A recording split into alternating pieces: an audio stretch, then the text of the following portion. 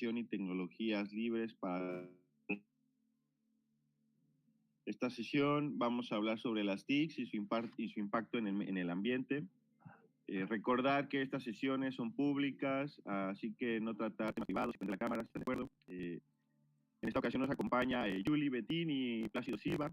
Julie, de Colnodo. Julie es consultora en sistemas de información, ingeniera, geógrafa, informadora para la red de desarrollo sostenible, que es un espacio de promoción del uso de las tecnologías para la promoción del medio ambiente. Ella también hace parte de Colnodo y nos acompaña desde Colombia. Vamos a hablar sobre el compañero Plácido, ingeniero químico y asesor de la red de desarrollo sostenible desde sus comienzos. Trabaja desde hace más de 40 años con temas ambientales relacionados con el cuidado del ambiente, contaminación del aire, agua y ruido, manejo de pesticidas, sustancias químicas peligrosas, y ha liderado campañas enfocadas en el uso y prevención del uso de pinturas con plomo y amalgamas. También nos acompaña desde Colombia. Bueno, agradecer a Julie y a Plácido esta ocasión y comenzamos con esta cuarta sesión de las TICs y su impacto en el ambiente de Colnodo desde Colombia. No se cortó yo. Comenzamos con Plácido. Buenos días, ¿cómo están? ¿Me están escuchando bien? Sí, te escuchamos.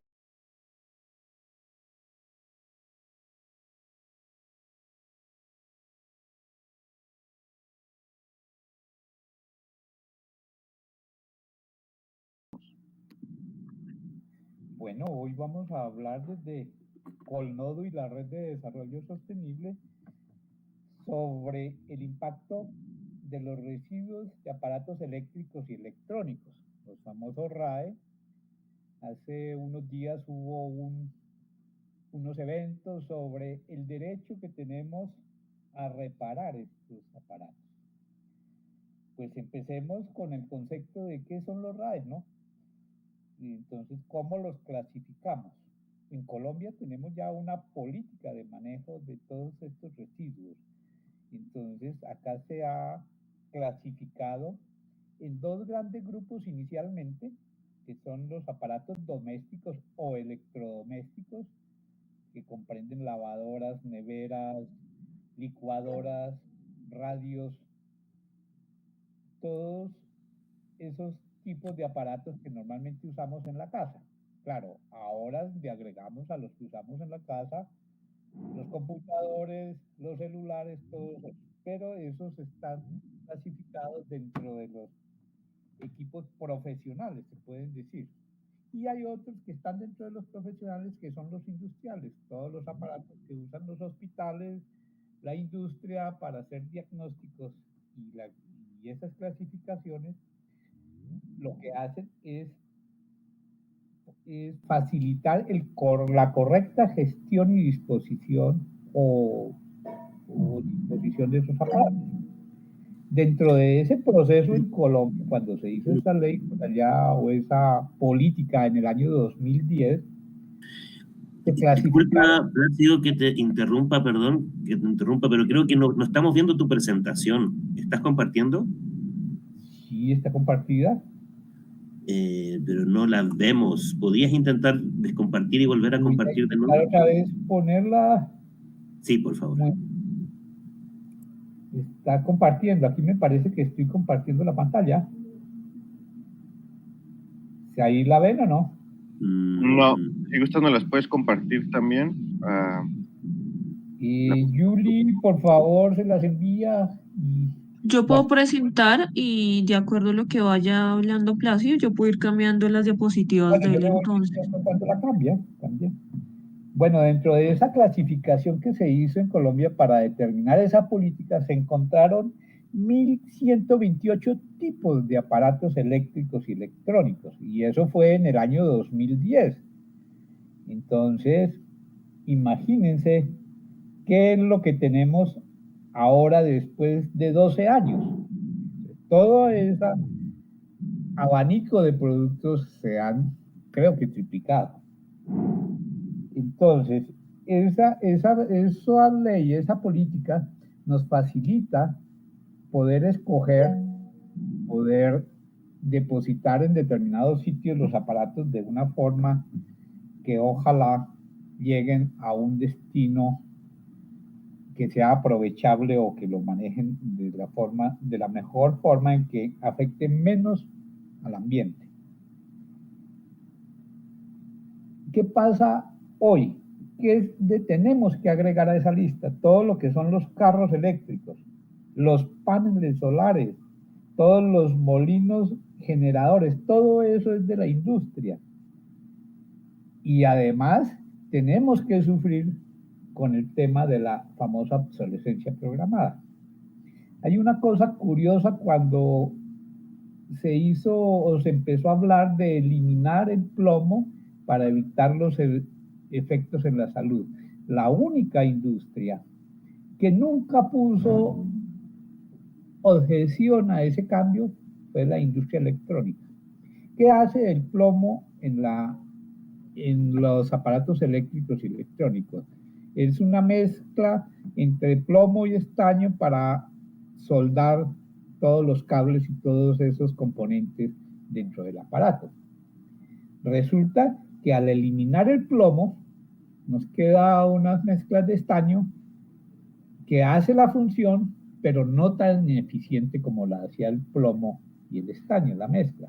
Entonces, ¿qué sucede? Al calentarse el equipo, el estaño va perdiendo sus características y cuando ha pasado cierto tiempo no vuelve a reconstituirse esa soldadura como estaba inicialmente. Entonces se van separando los componentes y es cuando vemos que nuestros aparatos, computadores y todos los aparatos ya no están funcionando bien, entonces tenemos que desecharlo. Entonces fue la única industria que no se opuso a la eliminación del plomo. Para eliminar el plomo en la gasolina duramos años, hasta el 2021 creo que se logró en todo el mundo eliminar el plomo de los combustibles. En los aparatos electrónicos hemos eliminado el plomo, pero la industria tiene una ventaja. En las pinturas estamos en el proceso trabajando desde el año 2007 en América Latina y en el mundo se venía trabajando desde antes, pero en los países de América Latina empezamos en el 2007. Apenas estamos logrando tener legislación que controle. Claro, nos equivocamos en ciertas cosas. La legislación va a controlar las pinturas, pero no controlamos los pigmentos derivados de plomo que son los que generan la contaminación. Entonces, a veces cometemos errores en el desarrollo de todas estas políticas y diseñar las formas de controlar la contaminación. Ahí, entonces, vamos a seguir y vamos ahora, podemos cambiar la imagen, Julie, y vamos a hablar, este es el orden de lo que vamos a hablar hoy. Vamos a hablar, empezar con el aparato más común, el celular. Podemos cambiar, Julie. Y aquí vemos el aparato más común, que hay una cosa curiosa con este aparato. Para usarlo, no hubo que hacer ningún tipo de capacitación a nadie. Se aprendió de forma natural a manejarlo. Y este aparato, si se acuerdan cuando estudiábamos esa famosa tabla periódica de 100 y pico de elementos que constituyen todo lo que vemos y lo que tenemos en este planeta, los usamos la mayor parte en construir ese aparato. Y es tan pequeño y tantas funciones y tantos beneficios que nos trae y tantas complicaciones que nos trae también, ¿no? Entonces, anteriormente uno no tenía celular y siempre lo llamaban a la oficina y contestaba un aparato conectado también con cables, que son de los mismos que funcionan acá, que eran cables especialmente de cobre, al final ya aluminio y todo eso, pero se transmitía la señal, pero usted contestaba el teléfono y tenía su horario de trabajo. Con este aparato ya eliminamos los horarios de trabajo y seguimos en la parte de... Devuelva así un poquito. Julie. Aló. Julie. Bueno, devuelva así un poquito. Bueno, todas estas materias primas que usamos en los celulares, hay unas muy complicadas de conseguir, otras muy fáciles de conseguir, y en esta tabla periódica diseñada para mostrar esa eficiencia y esa facilidad, se pueden ver cuáles son los más difíciles y los más complicados. Los que están en rojo son los más difíciles, los más comunes son los que están en verde, y vemos la gama de productos. ¿Qué sucede? ¿De dónde sale todo esto? Me acuerdo de la presentación que hizo Inés en el Latifundios Digitales, donde se puede ver, donde mostraban la conexión del planeta a través de los cables. Si quiere pasamos, Julie, y esa conexión del planeta a través de cables es más o menos el mismo circuito que se genera en la consecución de los elementos para construir esos aparatos eléctricos y electrónicos, especialmente los más sofisticados, que son los computadores y los celulares. Entonces, tenemos que disponer de minas en todo el mundo para poder construir esos aparatos. Normalmente, entre más costoso sea ese aparato, más complicado es conseguirlo y más conflictos genera la consecución de ese aparato. Entonces, productos como el famoso coltan, que es una combinación entre el niobio y el tantalio, que se produce en África, ese producto se genera en los países donde más conflictos hay en este momento. Entonces, y se sacan a través del conflicto, se sacan al país vecino y se venden a los fabricantes de celulares, y entonces se pierde el origen y el rastro desde dónde sale ese producto. Aquí en Colombia hubo alguna época en que decían que estaban sacando tantalio por allá de la zona del Amazonas, y se encontraron algunas industrias que exportaban eso, pero muy pequeño. Parece que ahora sale también en la zona del Amazonas, por el lado de, entre la frontera de Venezuela, Brasil y la Guyana, y parece que sacan algún tantalio. Todo eso son zonas donde no hay control de ningún tipo y donde la minería está acabando con el planeta. Podemos cambiar a la siguiente diapositiva, Julie, y vemos un mapa muy parecido al que mostraba Inés en su presentación, ¿sí? Normalmente el flujo de las mercancías aquí va hacia los países asiáticos, es mayor, Japón, China, todo eso es la zona donde más surge. Aquí están mostrando mucho el tema del petróleo, ¿no? Las principales y el comercio del petróleo, pero normalmente sigue la misma ruta. Los combustibles también van a las zonas donde hay mayor producción. Entonces ahí uno ve que está combinado el supuesto desarrollo con los consumos de productos que pueden o que contaminan el planeta. Podemos cambiar, Yuri. La siguiente. Otro, aquí está la misma, los 90 elementos más comunes para el uso de estos aparatos y los conflictos. Aquí tenemos algo que ya muchos conocen, que es una mina de litio, que creo que debe estar. Aquí tenemos a Bolivia, Argentina y Chile, que son uno de los mayores productores. Bueno, creo que Bolivia ha dejado de producir y en este momento lo reemplaza Australia. ¿Qué sucede de una forma simpática en el comercio? Hace unos años la tonelada de litio valía $70,000. En este momento vale $10,000 y parece que sigue descendiendo. Entonces vienen todas esas promesas del desarrollo que íbamos a tener y que vamos a tener con la explotación minera, se va perdiendo. Ya hay menos flujo de dinero hacia donde se está explotando, entonces se benefician otros, nos está quedando únicamente la basura en nuestros países. Lo mismo sucede con el oro. Esa imagen que hay más abajo es la del coltan, una mina por allá en África. Entonces lo mismo, nos queda, se llevan el beneficio para los grandes centros en el norte, en Europa, en Asia, y en el sur nos están dejando únicamente la basura. Pero tenemos que explotarla porque viene el desarrollo y tenemos que contribuir a que el mundo sea más amigable. Y todo eso va combinado con las famosas energías alternativas, que nos venden la idea de que vamos a tener un mundo mejor. Si quiere, cambiemos, Julie. Dentro de este proceso y la especialización de la parte electrónica, podemos ver antiguamente los aparatos eléctricos y electrónicos en los años 60, 70 venían con este tipo de tubo, ¿sí? Ya en los años 70, yo me acuerdo que conocí de una forma fantástica una calculadora. Las calculadoras antiguamente eran mecánicas. Y había una calculadora que hacía las 4 operaciones. Sumaba, multiplicaba, dividía y restaba. Y eso era fantástico ver eso.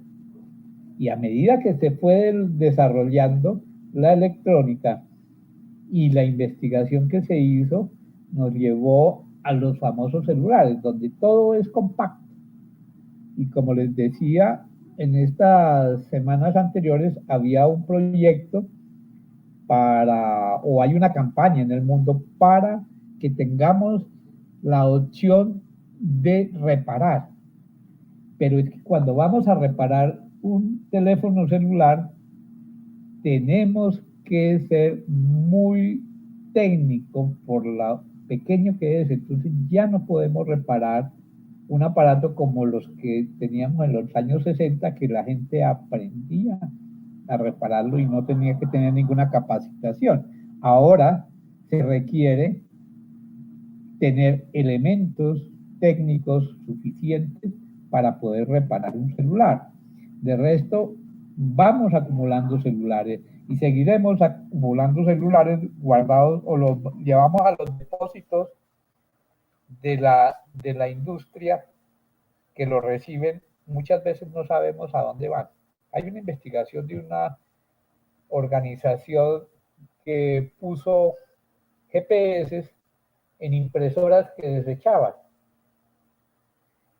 y empezó a hacer el seguimiento de esas impresoras en Europa a ver hacia dónde salían. Muchas de esas impresoras terminaban en botaderos de basura o en depósitos o recicladeros de metales artesanales en África. Y pues una de las famosas marcas de impresoras financió también el proyecto. Y entonces la disculpa cuando se dieron cuenta que la mayoría de sus centros de entrega de impresoras eran depositando los aparatos en África, dijeron, no, es que nosotros ayudamos a financiar el proyecto para ver qué estaba sucediendo. Entonces ahí se disculparon de todo lo mal que estaban haciendo cuando se conoció el efecto del problema, ¿no? Ahí entonces pues nos venden ideas falsas que podemos reparar celulares. Hay una empresa que empezó a reparar los famosos celulares de la manzana, los iPhones. Y resulta que la empresa le puso una demanda a este señor por repararlos. Ahora los puede reparar y creo que ya tiene varias oficinas en América Latina. Los puede reparar, pero no puede decir la marca del teléfono, ¿sí? Entonces él puede reparar, tiene la tecnología para hacerlo y le da una nueva vida y alarga la vida de ese aparato para evitar que se vaya a convertir en un desecho. ¿Podemos cambiar, Julie, la imagen? Bueno, aquí está la parte de la responsabilidad donde extender esa vida útil de ese dispositivo. Pues uno como consumidor le queda muy difícil poder extender la vida útil. Primero, porque tendría un costo adicional hacer un montaje de un nuevo software y todo eso tendría que pagarlo. Y muchas veces ese software no dura mucho tiempo. Entonces viene el problema y todas las aplicaciones que venden para ese celular normalmente no aceptan ciertos teléfonos ya antiguos. Entonces usted empieza a desecharle. Dentro de este proceso de la responsabilidad que debemos tener, tenemos que tener una responsabilidad con nosotros mismos, especialmente cuando vamos a desechar esos aparatos, con la información que tenemos ahí, porque muchas veces, que es el problema más grave, es que el aparato se muere, pero la información quedó ahí. Y si lo entregamos a un sitio de disposición de estos aparatos, realmente no sabe cuál es el fin. Entonces es donde tenemos el problema de cómo desecharlo, pero que quede sin que vuelva al punto inicial, que cuando lo compramos, que muchas veces se murió el teléfono y no pudimos resetear o reiniciar ese teléfono. Ese es uno de los problemas y debemos ser muy responsables con la información que quede en ese aparato. Entonces, muchas veces hay personas que cogen y los desvalijan, los desarman y entregan ya las partes a los depósitos de residuos electrónicos. Ese sería uno de los puntos. Pasemos a la siguiente, Julie.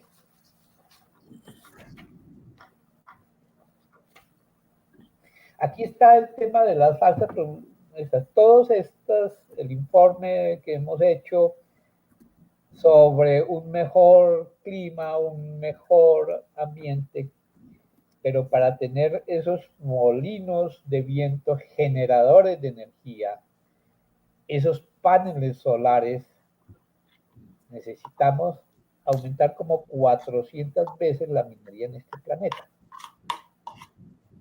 Yo tengo experiencia, en el año 82 compré mis primeros paneles solares, pero era algo fantástico, claro, yo no tenía, en la zona donde los usamos, no tenemos una red eléctrica que nos suministre y ha sido fantástico, no estoy en contra de los beneficios que da, pero sí de las falsas ilusiones que nos venden, ¿sí?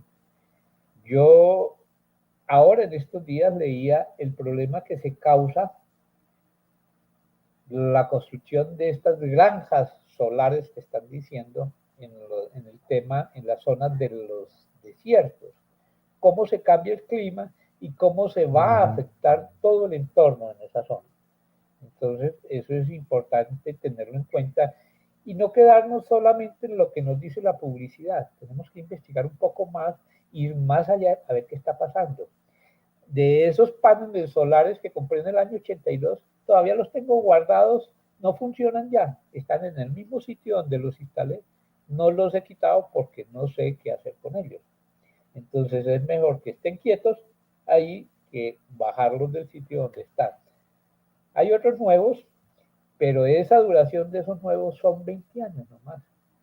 Entonces, cuando pasen dentro de 20 años, la basura que vamos a tener, el conflicto que vamos a tener con todos estos desechos, va a ser de pronto igual al conflicto que tenemos hoy con los desechos del plástico de todo el planeta.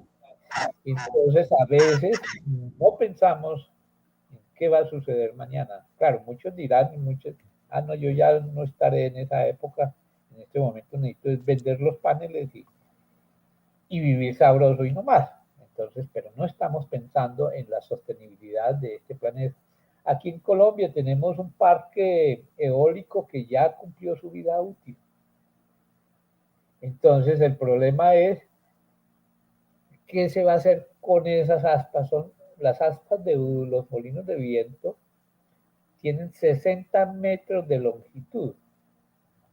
Entonces, por ejemplo, eso se ha podido hacer en Colombia únicamente cerca a la costa, porque las aspas, el transporte de las aspas no es fácil hacerlo al interior de Colombia, porque no hay un carro que pueda transportarlos por las vías que tenemos en Colombia, donde tenemos carreteras sobre la cordillera de los Andes, donde no es totalmente recta. Entonces, todas esas cosas nos las brindan como soluciones mágicas cuando la realidad es otra. Cuando va pasando el tiempo nos damos cuenta de los problemas. Entonces ahí es donde tenemos que pensar, ir pensando un poquito más allá y no quedarnos únicamente con lo que nos dicen los fabricantes y los vendedores de ilusiones, ¿no? ¿Pasamos, Julie? Aquí les traigo una imagen que me parece interesante. Esto dice, ¿quién tiene el hacha por el mango? Este es un escrito que apareció en la revista Mazingira. Era una revista sobre ambiente que publicaba Naciones Unidas después de la creación del programa del PNUMA, de la Programa de Naciones Unidas para el Ambiente. En el año 72, en ese desarrollo, en esa difusión de información, apareció esta revista. En esa época no teníamos internet. Yo tengo una buena colección de estas revistas y encontré este artículo donde estamos hablando sobre la deforestación en el Amazonas, en el año 78, ¿sí? Y todavía no hemos encontrado una solución. En esa época ya se hablaba, claro, el señor Miers proyectaba que en el año 2000 ya no existiría el Amazonas. Entonces, este artículo en algunas partes he visto que lo descalifican por esa proyección que hacía él. Pero la proyección es lo de menos. El problema que no hemos solucionado es lo demás, ¿sí? Ese problema no lo hemos solucionado todavía.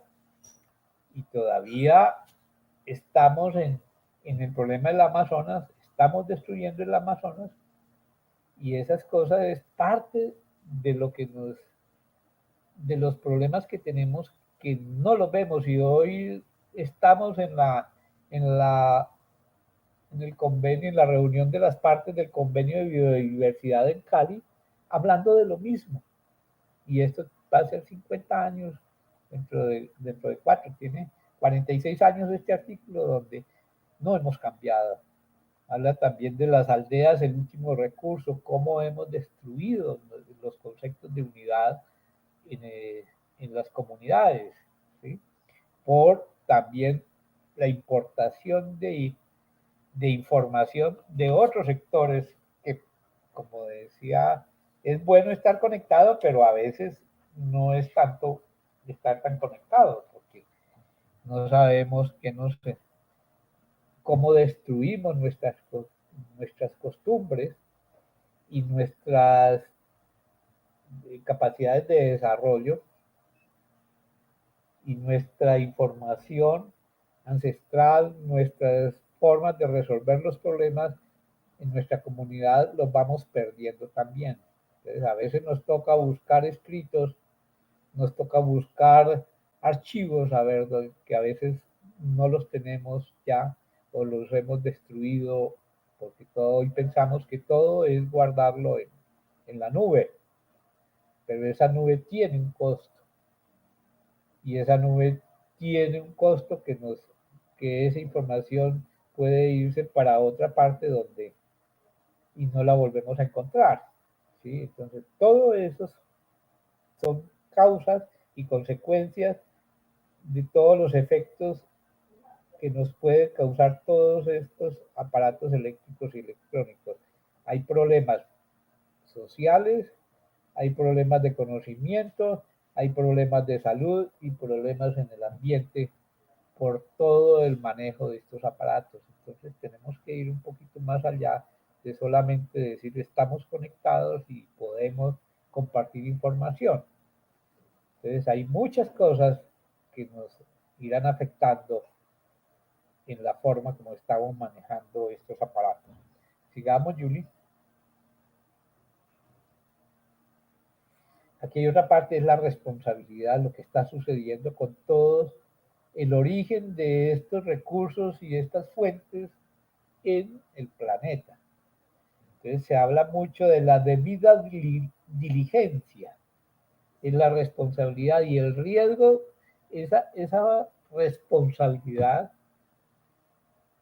¿Por qué tenemos que ser responsables? Porque en el proceso de producción de la minería hay riesgos y esos riesgos los vemos aquí en esta gráfica donde vemos los problemas de la minería que los vivimos y los conocemos desde Chile hasta Alaska, todos los conflictos que se generan entre la parte de la contaminación hasta los problemas de los derechos humanos con la población, ¿sí? El desplazamiento o la explotación y la esclavitud para conseguir estos recursos, ¿sí?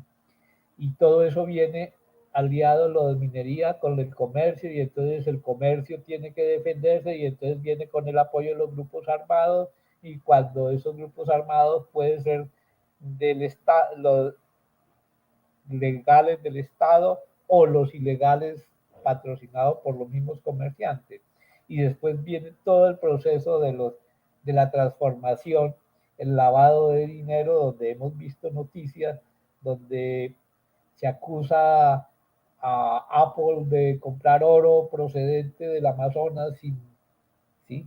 Pero resulta que el problema es cómo miro yo la marca del oro cuando lo estoy comprando para las fábricas en China de Apple, ¿sí? Cómo miro de dónde viene el oro o de dónde viene el coltan cuando estoy viendo, comprándolo para las fábricas de Samsung.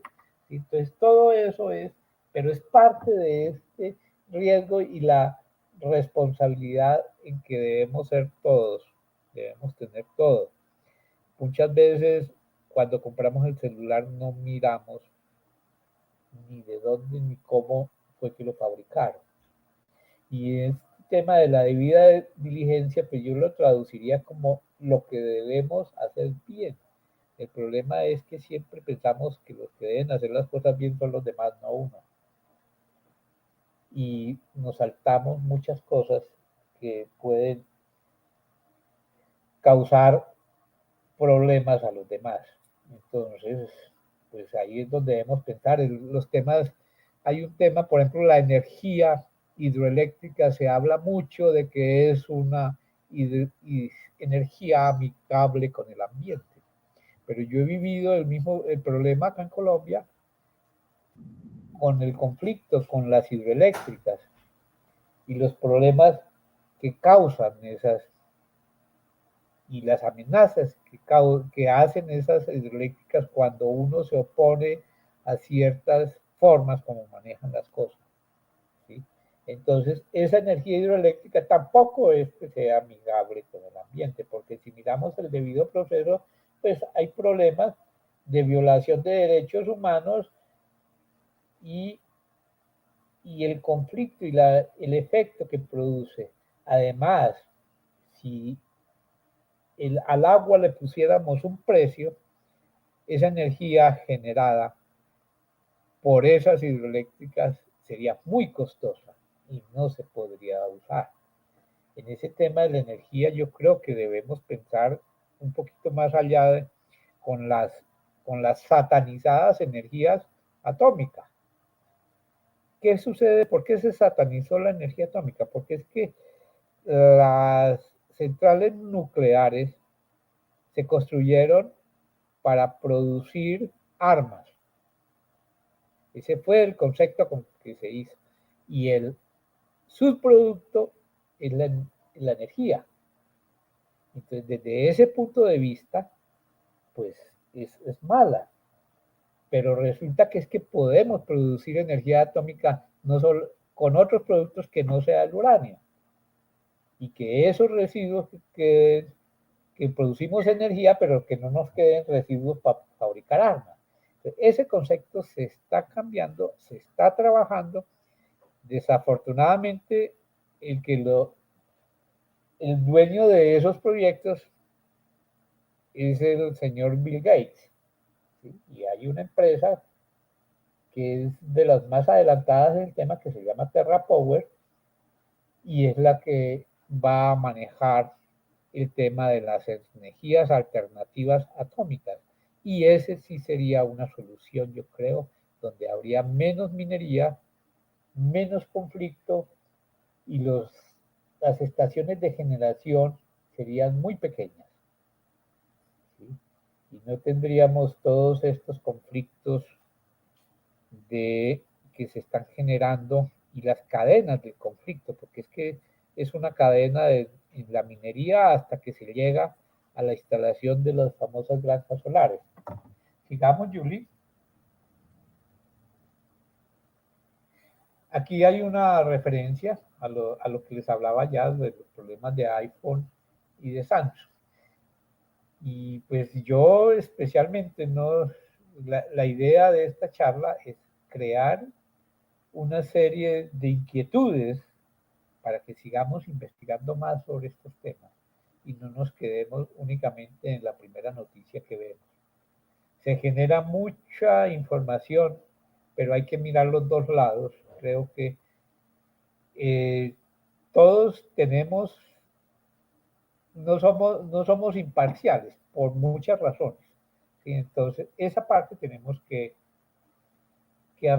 tratar de mirar todos los lados y no crean todo lo que les dije, investiguémoslo, ¿sí? Entonces, esa es una de las inquietudes que les dejo muchas cosas y les he contado muchas cosas, pero investiguemos un poco más, a ver, y no creamos todo lo que nos dicen. ¿Sí? Ya llevamos 52 años de la primera reunión de ambiente que se hizo en el año 72, donde se decía que el planeta que había que establecer los límites al planeta. Y creo que todavía no lo hemos logrado, establecer esos límites. ¿Por qué? Porque todo lo maneja la industria, ¿sí? Todo esto está ya, a veces creemos en que vamos a encontrar soluciones, pero no es fácil. Quiero pedirle un favor, y que la conferencia que hubo sobre latifundios digitales fue fantástica. Entonces no vayan a comparar la mía con esa. Muchas gracias y estoy pendiente si tienen inquietudes y preguntas.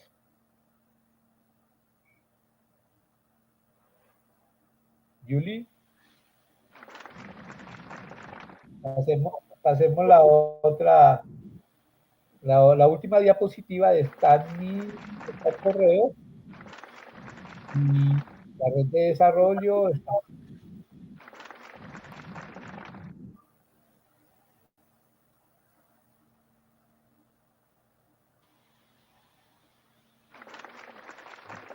Agradecerte, Plácido, por la exposición.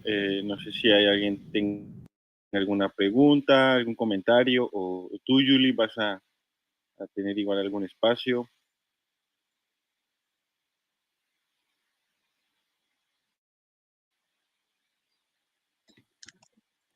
Si en este momento no hay ninguna pregunta, entonces quisiera continuar con la segunda parte de este espacio y animarlos a que si tienen alguna inquietud, alguna pregunta, no duden en escribirla o comentarla a lo largo de las presentaciones. Entonces, voy a compartir pantalla.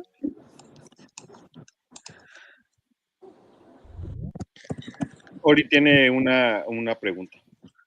Ori. Ay. Sí, perdón, solo preguntar sobre la energía atómica del futuro, como decía, ¿cómo puede gestionarse de una manera pequeña y responsable? O sea, si no es el uranio, ¿cuál sería el motor de esa? O sea, para que funcione. Digo, Bueno, no tiene que responder. Perdón, ya, listo. Bueno, ¿cómo podríamos gestionar la energía atómica de forma responsable? Primero, tenemos que pensar que no solamente se produce energía atómica a partir de uranio. Como les decía, ese uso del uranio era un concepto diferente. El uso principal era fabricar armas. En ese proceso se produjo energía y por eso las centrales nucleares que funcionaron o funcionan en el mundo son dentro de ese concepto, fabricar armas. ¿Qué pasó también en eso? Esas en grandes centrales nucleares no, primero se construyeron y se calcularon con reglas de cálculo, no existían los computadores, entonces la tecnología era diferente. Y todavía quedan centrales nucleares funcionando de esas, especialmente en Francia. ¿Cuál fue el problema de Fukushima, de Rusia, de Alemania? Que nunca creyeron que los sistemas funcionaban perfectamente, nunca hicieron mantenimiento. Cuando hubo problemas, especialmente el de Fukushima, el sistema de emergencias no funcionó y la central no se apagó como debía de haberse apagado cuando hubo el terremoto, sino que se apagó cuando se llenó de agua. Sí, entonces vino los problemas de contaminación. Entonces, esas cosas, de eso se debe aprender. Entonces, mire, el concepto es que la energía por fusión o por fisión se puede generar energía. Ahí lo que se está trabajando es en optimizar esos equipos usando otros productos de esa tabla periódica y creo que están trabajando en producir energía con sal. Entonces, eso es un producto muy común y además barato y que se encuentra prácticamente en todo el mundo. Ahí lo que debe haber es quién sea el dueño de la tecnología. Lo mismo es el tema de los carros eléctricos, lo que hemos visto que es una generación de basura en todo el mundo. Entonces, si tenemos un carro funcionando con energía nuclear, pues sería la barra para funcionar casi 100 años de ese carro, es el tamaño, el combustible es el tamaño de un celular de estos que estamos usando hoy y duraría para 100 años, ¿sí? Se está hablando del hidrógeno. El hidrógeno es uno de los elementos, como vimos allí en la tabla periódica, de los más comunes en la naturaleza. Pero acuérdense que alguna vez se hablaba de las bombas de hidrógeno. El hidrógeno es muy explosivo y confinarlo para mantenerlo seguro es muy difícil. La única opción sería hacer un proceso de extraerlo del agua directamente, inmediatamente e irlo consumiendo, ¿sí? Hacer ese proceso de electrólisis, generar hidrógeno, pero que de una vez pase a quemarse en el motor, no almacenarlo. Si lo almacenamos, lo que estamos construyendo son bombas. Y hay una explosión de hidrógeno del mismo tamaño de un galón de gasolina y un hidrógeno, la diferencia es casi 100 veces la explosión. Esa sería la idea y les dejo ahí esas inquietudes.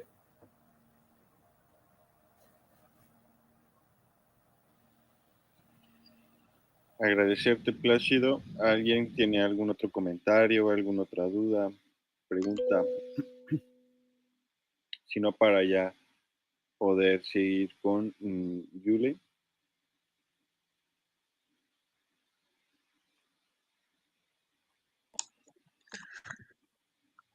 Nadie, pues yo creo que entonces, Julie, podemos continuar con este espacio.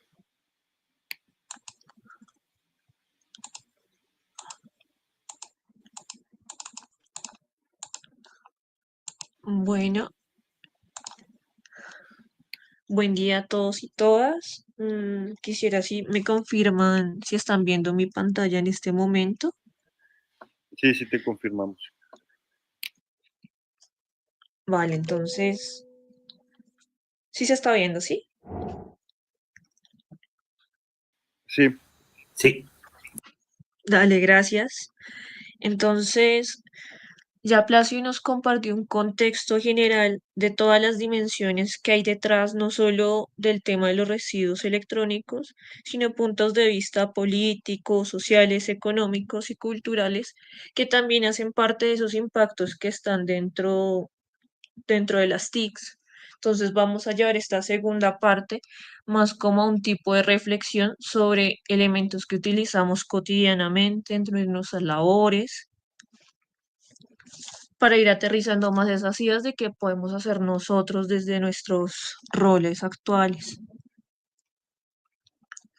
Entonces es importante partir de que estas herramientas están presentes en nuestra vida diaria y de alguna u otra manera, pues estamos en un momento en que trabajamos a través de estas herramientas y hacemos ya compras en línea, almacenamiento de datos y los usamos prácticamente ya en todas las actividades cotidianas.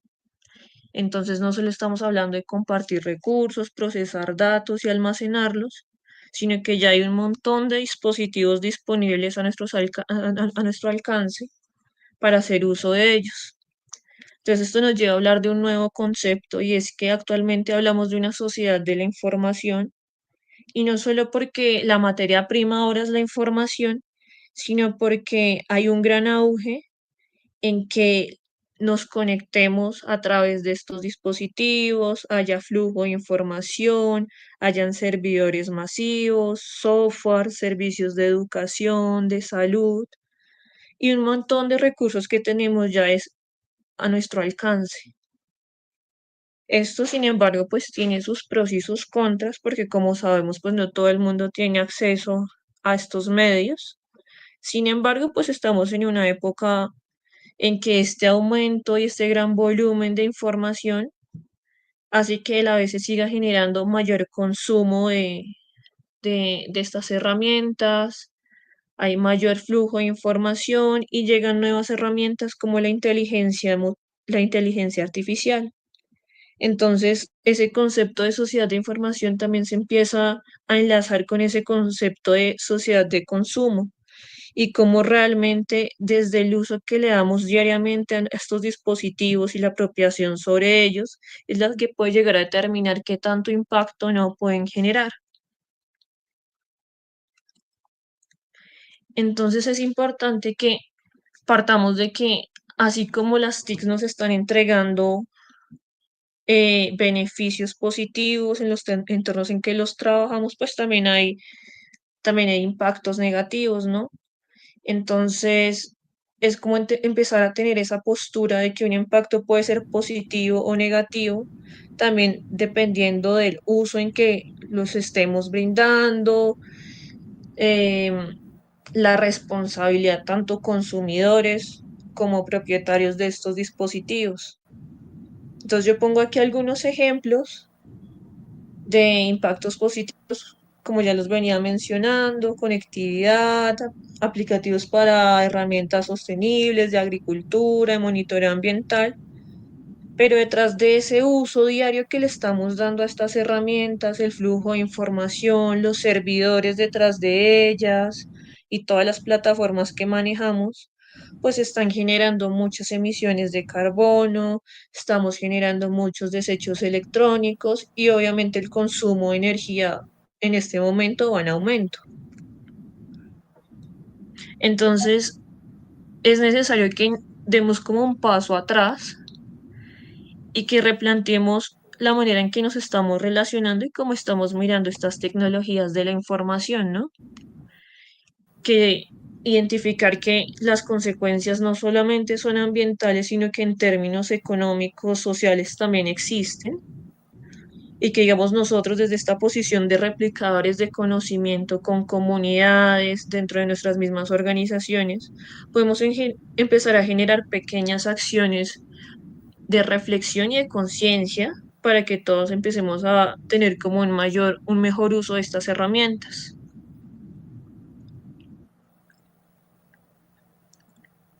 Entonces, como les venía mencionando, todo parte de cómo utilizamos las TICs, porque si bien son herramientas poderosas y que nos ayudan a reforzar objetivos y generar efectos muy positivos en las comunidades, necesitamos también incentivar que el uso sea adecuado.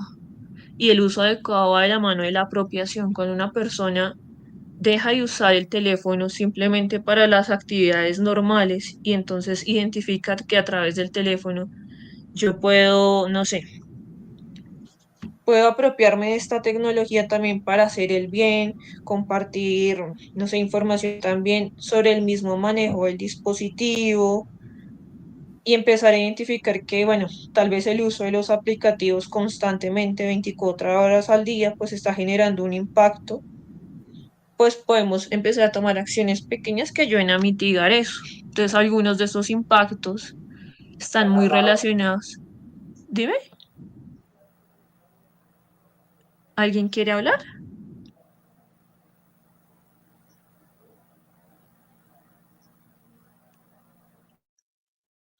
Parece Bueno, que no. creo que era un micrófono abierto. Bueno, entonces continúo. Entonces, dentro de estos impactos encontramos el consumo de energía y la huella de carbono. Entonces, como les venía comentando, muchos de los servidores, navegadores que utilizamos, aplicativos, requieren grandes cantidades de energía, incluso de agua también, para refrigerarse. Lo mismo, como comentaba Plácido anteriormente, en la fabricación de estos dispositivos y todo el proceso de minería que hay detrás de ellos, pues presentan consecuencias bastante fuertes en términos ambientales, culturales, sociales, y pues que son la fuente principal de estos dispositivos, ¿no? Ya es muy normal que todos tengamos al menos uno o dos dispositivos digitales. Y con eso está muy ligado al tema de la durabilidad de estos dispositivos, ¿no? Pues digamos que ya con todo el tema de la obsolescencia, pues el ciclo de vida de estos dispositivos generalmente es muy corto y hace que tengamos la necesidad, si no tenemos como las herramientas a la mano o una infraestructura adecuada para hacer alguna reparación, pues tenemos que acceder sí o sí a una nueva compra y posteriormente a generar nuevos residuos. Y se genera una nueva problemática también que va muy ligada a esto y son los problemas de reciclaje, ¿no? Entonces, solo un porcentaje pequeño de estos residuos realmente se recicla de manera correcta, ¿no?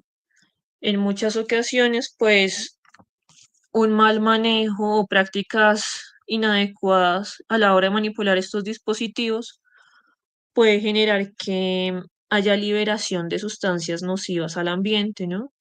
Entonces las personas que manipulan esto directamente pueden verse afectados al momento de llevarlos, digamos, a centros de disposición final, pues si van revueltos con todo, pues se pueden generar lixiviados, contaminar fuentes de agua, suelo y asimismo liberar gases de efecto invernadero que se liberan a la atmósfera y posteriormente pues tienen una consecuencia negativa. Y esto también va muy ligado como al tema de la salud, ¿no? Porque pues estas, si bien no es como que sea un gran porcentaje de personas que están directamente estrechas a esto, pues las personas que manipulan directamente pues tienen esa vulnerabilidad a que estas sustancias pueden llegar a su organismo, ¿no? Generalmente pues los niños, mujeres embarazadas son las que más tienen como esa predisposición.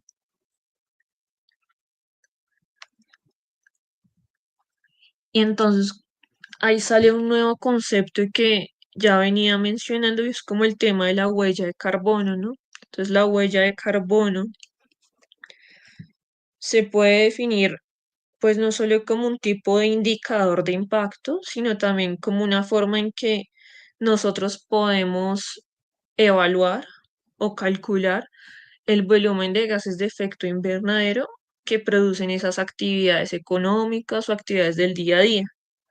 Pero entonces ya no solo estamos hablando de, digamos, de usar algún combustible, de tomar el transporte, de si reciclamos, de si arrojamos basura, sino que también esta huella de carbono está muy ligada al uso que le damos a estos dispositivos, ¿no? Entonces, el simple hecho de enviar un email, usar un aplicativo en el celular, almacenar datos en la nube, todo está generando de cierta forma un pequeño porcentaje de emisiones de carbono. Entonces, es también como romper un poco ese esquema de que uno cree que mandar 10 mensajes a mandar, digamos, 100.000 mensajes, pues no tiene el mismo impacto. Y cómo desde estas pequeñas acciones podemos empezar a generar como una conciencia. Entonces aquí traigo como una nueva parte que está más relacionada como al tema de cifras, para que empecemos a dimensionar cómo aquellos elementos que vemos en nuestra vida diaria, como celulares, computadores, cuando ya los masificamos y ya vemos eso en términos de una comunidad grande, un país, región, incluso del mundo, pues es un porcentaje bastante significativo. Entonces, según la Organización Mundial de la Salud, en el 2019 se produjeron 53.6 millones de toneladas de estos desechos y solo el 17.4% se registró oficialmente como material recogido y reciclado. El resto de porcentaje o el restante es al que anteriormente mencionaba, que son como a través de acciones inadecuadas o procesos también que vienen de la misma desinformación en las comunidades que no saben cómo realmente manipular estos elementos o no existe, digamos, claridad de qué entidades yo puedo llevar estos residuos. Entonces genera una mala manipulación. ¿Mm? Y sabemos que después de la pandemia, pues hay un gran auge de compra de herramientas TIC, elementos electrónicos. Entonces, a comparación de otros residuos en el mundo, es como el gremio de residuos que está aumentando más rápido en el mundo. Y pues ya vemos que desde las generaciones pequeñas ya el acceso a estas herramientas es prácticamente como un don innato que está en ellos. Y el problema está en, desde, digamos, desde nuestros países y las mismas reglamentaciones pueden existir planes de manejo, pero estos planes de manejo, ¿cómo están llegando a los recicladores, a nosotros mismos desde nuestros hogares, comunidades, para empezar a identificar que cuando, digamos, se nos daña un celular, en vez de guardarlo en un cajón, bueno, voy y lo llevo al centro, al centro donde lo van a tratar de manera adecuada? ¿Yo qué hago con las baterías? Digamos, ya últimamente hay muchos lugares donde ya supermercados, incluso droguerías, centros médicos donde ya están empezando a recolectar este tipo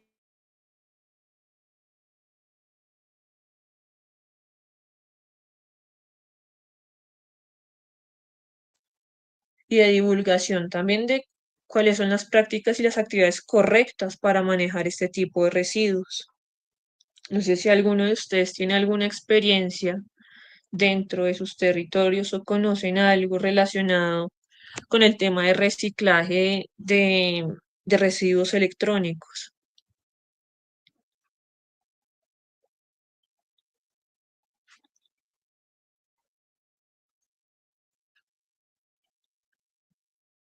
¿No?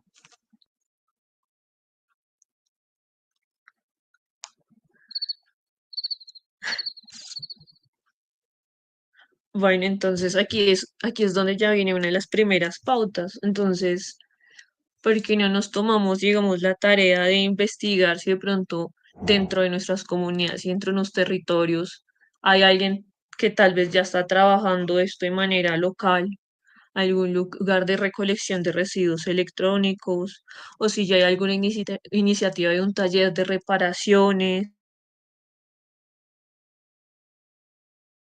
si tenemos una desinformación de si existen o no estos lugares? Entonces vale la pena sentarnos en la tarea y empezar a mirar qué acciones locales ya existen y cómo desde nuestros roles podemos empezar a apoyarlas. ¿Alguien quiere hablar o es un micrófono abierto?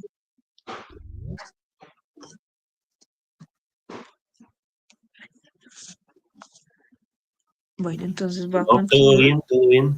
Está increíble la presentación. Yo creo que justamente como dices tú, de que si nadie te puede responder si conoce algo de eso, bueno, tal vez no solo porque, bueno, a veces no está, pero también porque nosotros no nos hemos dado la tarea de buscar y salir un poquito de esa comodidad.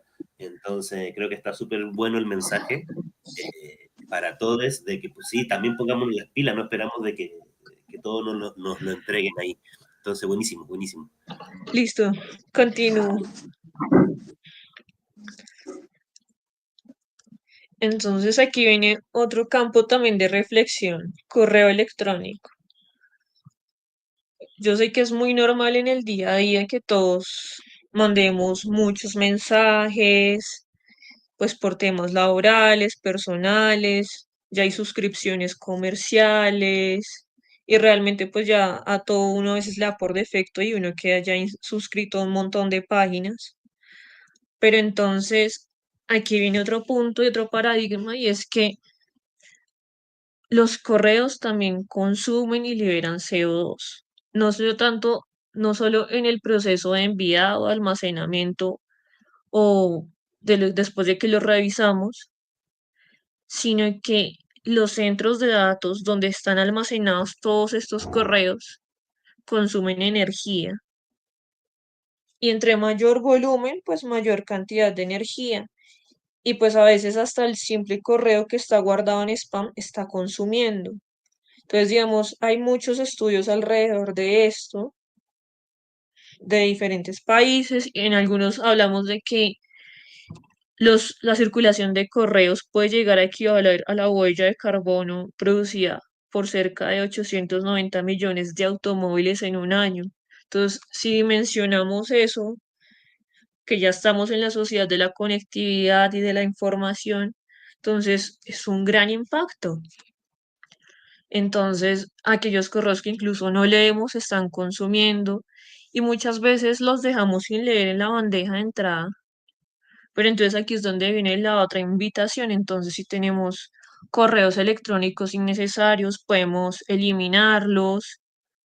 Aquellos antiguos que ya tampoco nos sirven, pues entonces empecemos a eliminar y a liberar ese espacio de los servidores que igual está consumiendo, ¿no? A veces, como les mencionaba, nos suscribimos a algunas listas, entonces si son listas innecesarias, pues no vale la pena tenerlas ahí porque se va a llenar nuestra bandeja de entrada de spam y al final es correo de información que ni siquiera es relevante en nuestro día a día.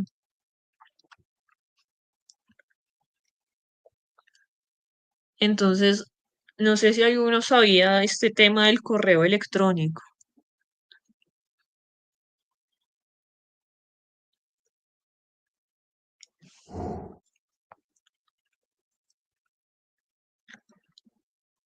Y bueno, voy a continuar con otro ejemplo. Y es el tema de los servidores locales y la nube. Entonces, obviamente, si comparamos un servidor local frente a una nube, pues una nube sí genera mayor eficiencia y menor impacto.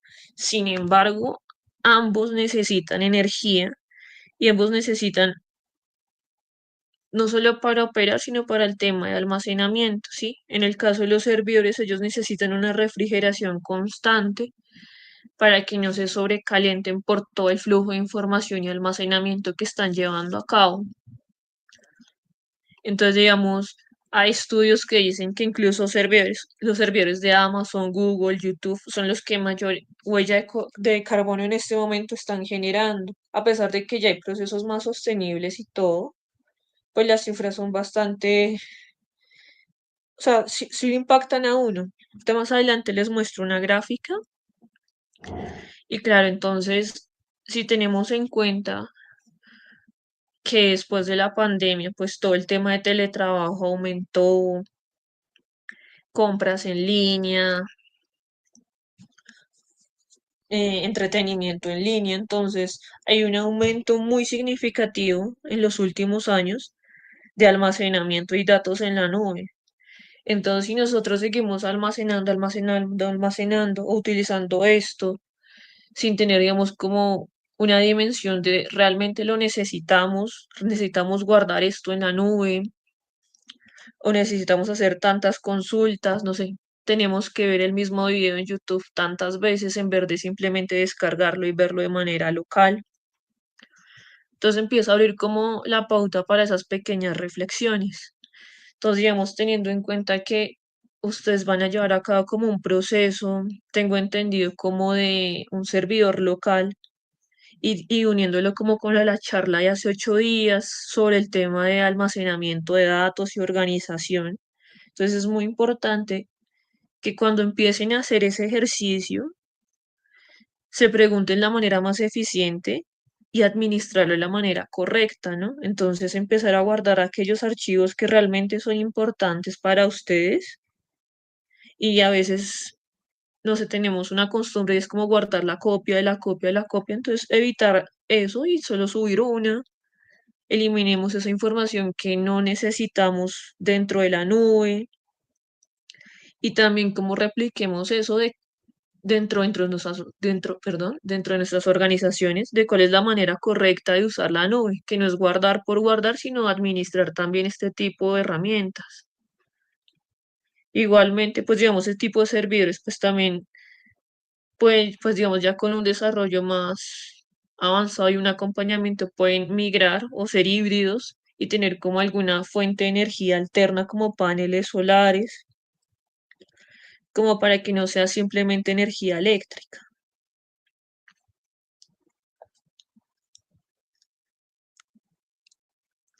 Entonces, esta es la gráfica que les comentaba. Aquí hay como un estimado de emisiones de carbono en actividades muy cotidianas como un correo, una búsqueda de internet, una videollamada, si pasamos tanto tiempo en un computador y como vemos, digamos, el spam consume, un email regular consume, pero ya un email con foto, videos, pues empieza a consumir más porque es mayor capacidad de almacenamiento y también de procesamiento para los servidores. Entonces aquí, como les mencionaba, uno de los mayores sitios con emisiones de carbono es YouTube, seguido de Google, Zoom, Amazon, bueno, Twitter, que ya actualmente es X. Entonces empezamos a ver que todas estas plataformas muchas veces las consultamos por necesidad y las utilizamos por necesidad, pero muchas veces también las estamos sobreutilizando. Y ahí es donde viene el tema de la apropiación digital, ¿no? Usémoslo con conciencia y usémoslo para cosas que realmente necesitamos. No es necesario estar haciendo consultas en el navegador solo por hacerlas, sino hagámoslas con un propósito. ¿Mm? ¿Alguien tiene una pregunta? Sí, entonces, a ver si entiendo el cuadro. Sería mejor que en vez de mandarse tantos mails, por ejemplo, se haga una videollamada, consumiría menos energía, no sé, para resolver determinado asunto que, no sé, cruzarse mucha cantidad de mails, hay como dice 20 correos. Digo, como para pensar en la optimización, porque pienso, bueno, ¿qué es mejor? Juntarse presencial, bueno, está el transporte. Una videollamada consume, los correos consumen y, Mm, bueno, pensando en eso, en la eficiencia. sí, exactamente. En ese caso sí sería la videollamada.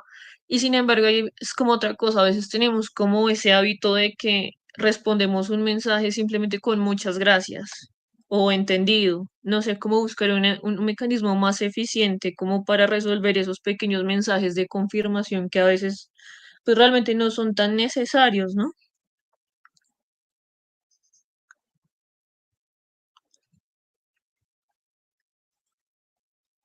¿Alguien tiene otra pregunta?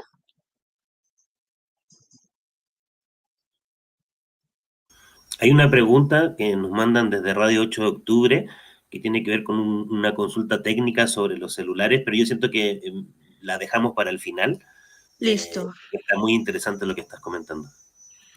Dale, entonces continúo. Entonces esto es empezar como a reflexionar cómo desde nuestras propias actividades podemos ser más eficientes, ¿no? Y cómo al momento de replicar este conocimiento, pues plantamos esa semillita de la apropiación. Y bueno, y aquí ya viene como un tema que venía hablando también Plácido, es como el tema de celulares, ¿no? La vida útil de un celular realmente, pues dicen algunos estudios que es de 2 a 3 años, pues por el tema de obsolescencia programada y como mostraba gráficamente Plácido, pues ya hacer alguna reparación es casi imposible porque todo viene súper integrado. Pero entonces, nuevamente es la invitación a buscar como los mecanismos adecuados para reciclarlos, ¿no? Pues porque así como en la fabricación se utilizan tantos minerales, pues parte de estos minerales realmente sí se pueden reciclar, si tienen como una infraestructura y pues si tienen, digamos, por decirlo así, las instalaciones adecuadas para hacer este tipo de procesos. Entonces también es importante, digamos, ahí es cuando viene también el tema de las redes sociales, ¿no?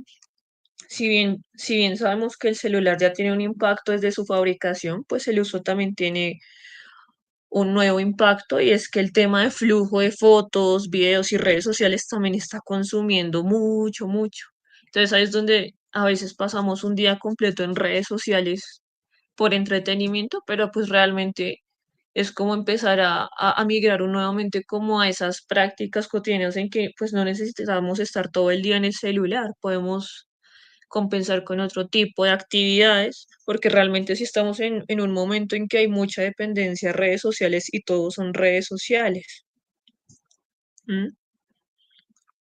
Entonces, si bien ya sabemos que extender la vida útil de los dispositivos no es fácil, pues si en algún momento vemos que tenemos como algún fallo del celular, pues no es necesario, dependiendo del fallo, obviamente, que hagamos una nueva compra y lo reemplacemos. O sea, que la vida útil va hasta el momento en que ya, digamos, no nos sirve este dispositivo, pero muchas veces en esta sociedad del consumismo, pues llega el nuevo modelo y el punto no sé qué, y el punto 6, punto 7, punto 8, y estamos como en esa,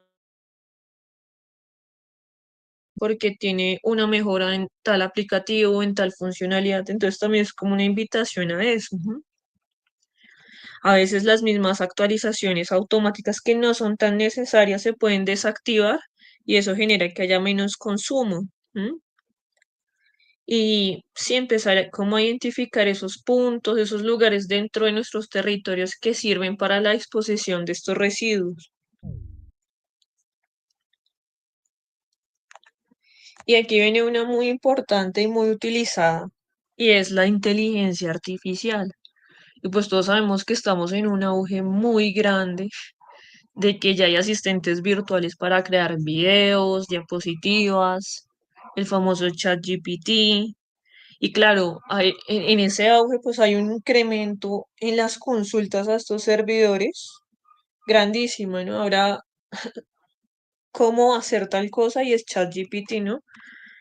Lo que no sabemos es que, digamos, a veces una simple pregunta de ChatGPT consume una cantidad de agua indiscriminada y aquí en una comparativa de un estudio, pues ChatGPT requiere 10 veces más energía que una simple consulta de un motor de búsqueda de Google.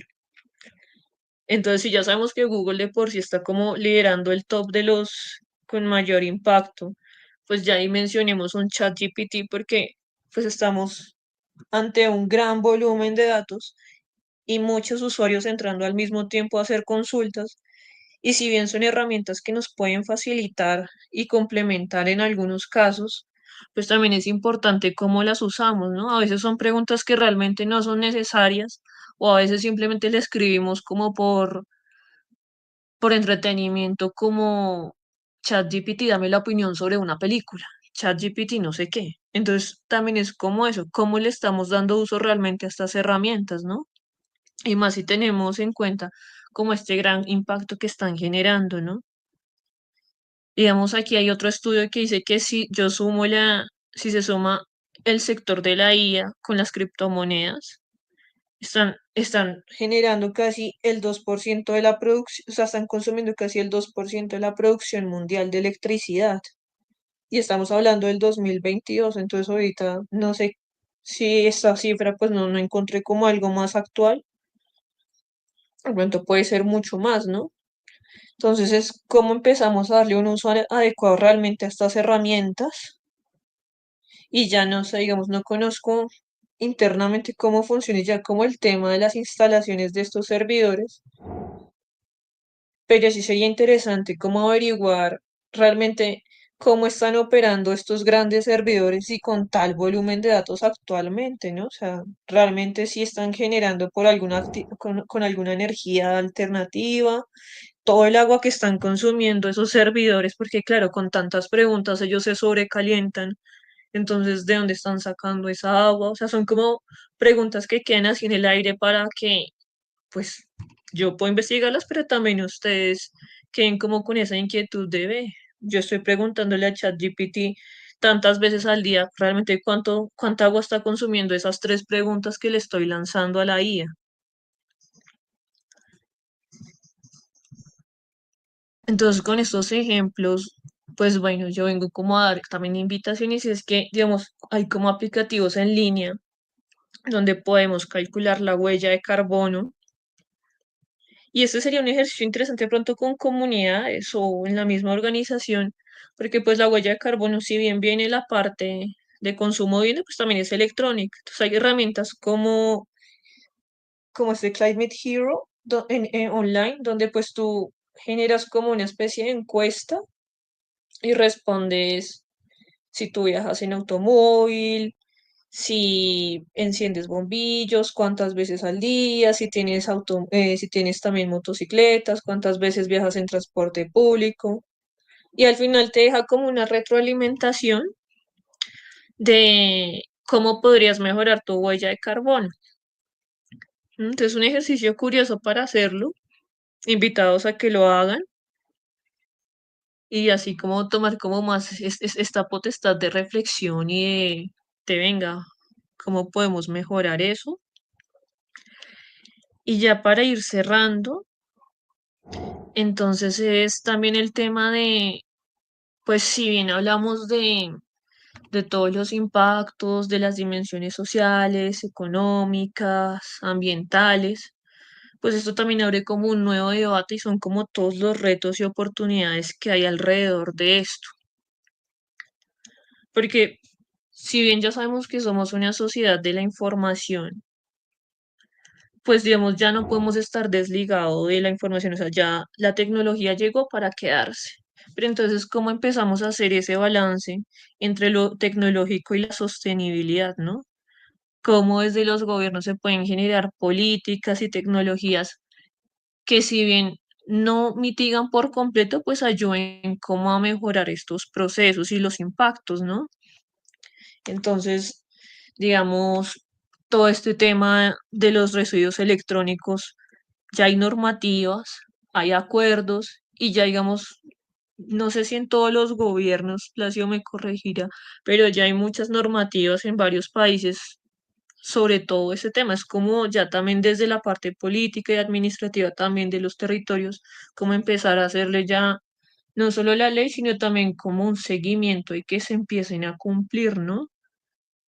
Desde las mismas organizaciones, ver si optamos por alguna energía alterna, no sé, programas como para generar como una conciencia grupal. Y ahí también se abre como una nueva brecha que es como el tema de la economía circular, ¿no? Cómo, digamos, implementar estas prácticas, no solo en la producción, sino en el uso de los dispositivos, es muy importante, ¿no?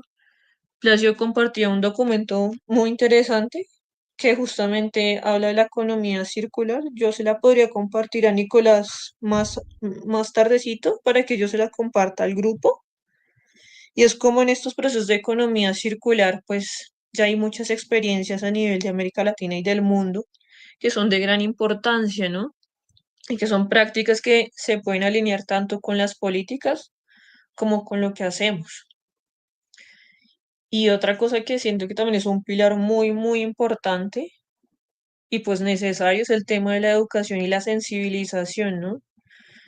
Porque es, porque existe desinformación y a veces puede que haya una que otra herramienta o información disponible, pero pues no las conocemos, entonces hace falta también difundir eso. Y digamos, hay ofertas formativas, ya hay cartillas, hay información en línea, pero hay que empezar como a buscarla o nosotros como replicadores a darla a conocer y generar como estos espacios, no sé, talleres, charlas, que de alguna forma u otra generan en las personas esa postura crítica o por lo menos ya implantan una duda de venga, yo no sabía que mandar un correo o hacer una llamada, utilizar el aplicativo genera esto. Entonces ya uno empieza como a generar de pronto como con esos espacios, como, como una forma de actuar diferente, o al menos, o sea, acciones pequeñas, pero que sirven. Entonces sería como la invitación de empezar a revisar estos conceptos y ver, digamos, desde nuestras experiencias locales, cómo podemos integrar alguno de estas cositas que hemos visto para replicar o para enseñar en las comunidades o directamente nosotros mismos, ¿no? Entonces, estoy muy agradecida por este espacio. Invitarlos también a que consulten la página de Colno y de la Red de Desarrollo Sostenible. Nosotros a veces lanzamos ofertas formativas. En el portal de la RS generamos como contenido relacionado con problemáticas ambientales, de TIC, medio ambiente, cambio climático, residuos. Y de hecho, en algo, pues a veces hemos hecho como un lanzamiento de un curso que es justamente TIC y ambiente, del cual Nicolás hizo parte en algún momento. Entonces, a veces cuando pues la invitación es como a revisar la página, a veces está la oferta formativa abierta. El curso de TIC y medio ambiente es totalmente gratuito. Y ya, muchas gracias a todos y todas. Gracias, Nicolás, por el espacio y por la oportunidad.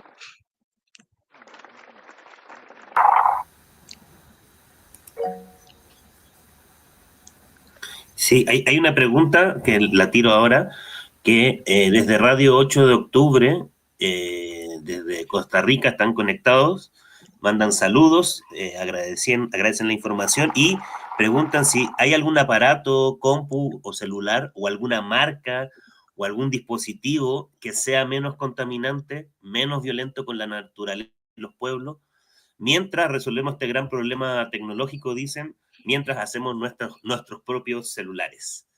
Esa es la pregunta que hacen desde Costa Rica.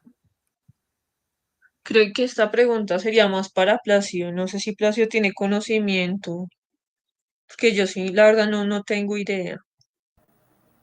No, yo no conozco aparatos. De pronto devolvernos a los celulares 2G o algo así, que consumen menos energía, pero también no sé si las redes ya lo reconozcan, ¿no? La experiencia es que en el campo me funcionaba hasta hace unos años más eficientemente los celulares 2G y duraba más la batería. Los aparatos estos eh, pensantes, smartphone, son más complicados y consumen más energía porque ellos automáticamente están buscando redes y están buscando información cuando uno no quiera conectarlos. Entonces ellos tienen una programación para buscar esas redes.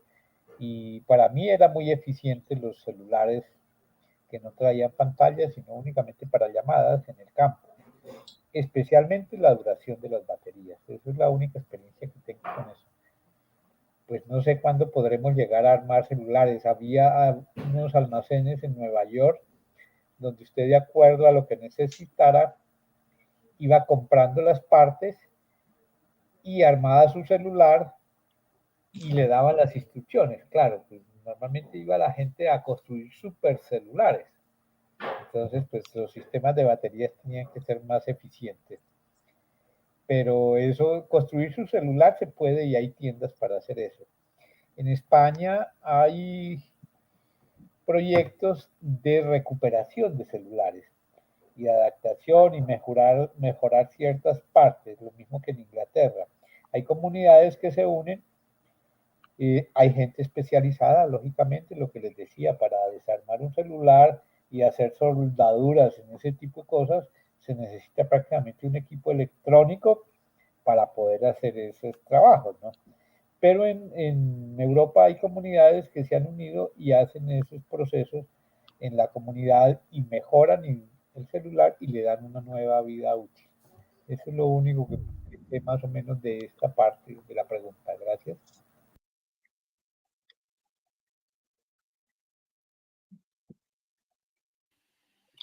Gracias, Plácido. Gracias, Yuli. ¿Alguna otra pregunta? ¿Algún otro comentario?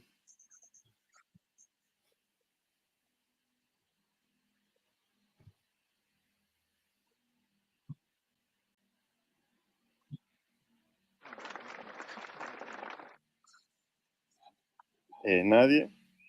¿Algún comentario? La verdad, muy importante esta propuesta que nos están compartiendo los compas de poder incorporar también muy importante el tema del impacto ambiental que genera el uso de las TICs en nuestros procesos, en el territorio, con nuestras comunidades, en nuestras organizaciones. Y un agradecimiento a Yuli y a Plácido de Colnodo, que también participaron en la escuelita. Muy importante este compartir desde Colombia y anunciar algunos mensajitos que tenemos. Primero que la próxima sesión es en 2 semanas, el sábado 9 de noviembre. Es la presentación de las redes de servidores autónomos de Labia Ayala. Es importante que recuerden esa fecha. El otro es recordar que todo el material de la escuela está en la página web y en Huachapunks. Ahí lo pueden consultar. El compañero Aldo tiene un mensaje que compartirnos. Entonces, te damos la palabra, Aldo. Hola, Brian. Buenos días. ¿Sí me escuchan? Sí, sí te escuchamos. Dice por acá, a nombre de todos, de todas y de todes, muchísimas felicidades a Brian hoy por su cumpleaños. Y dice, estas son las mañanitas que cantaba el rey David. Hoy por ser tu cumpleaños, te las cantamos aquí. Despierta, Brian, despierta. Mira que ya amaneció. Bueno, ya amaneció, ¿verdad? Ya los pajarillos cantan, la luna ya se metió. ¡Bravo! Ahí está el saludo para nuestro amigo Brian, que está cumpliendo un añito más de vida. Muchísimas ¡Feliz gracias. cumpleaños! ¡Bravo! ¡Feliz cumpleaños! ¡Feliz Gracias. ¡Feliz vida! Muchas gracias. ¡Feliz Ahí está, cumpleaños! Gracias. Qué chido. Qué chido escucharles y igual un fuerte abrazo a todas, a todos. Y ya por último, pues despedirnos y agradecer a Yuli, a Plácido y nos vemos el próximo 9 de noviembre. Y gracias por las mañanitas. Nos vemos.